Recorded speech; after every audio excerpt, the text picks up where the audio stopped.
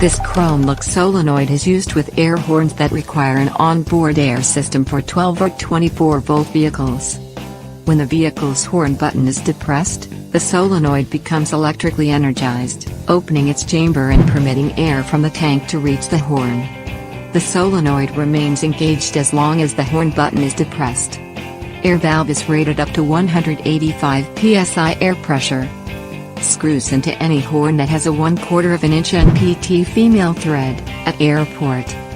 Includes a 1/8 inch male thread by 1/4 inch barbed fitting that accommodates a 1/4 inch outer diameter hose with a 1/8 inch inner diameter connection.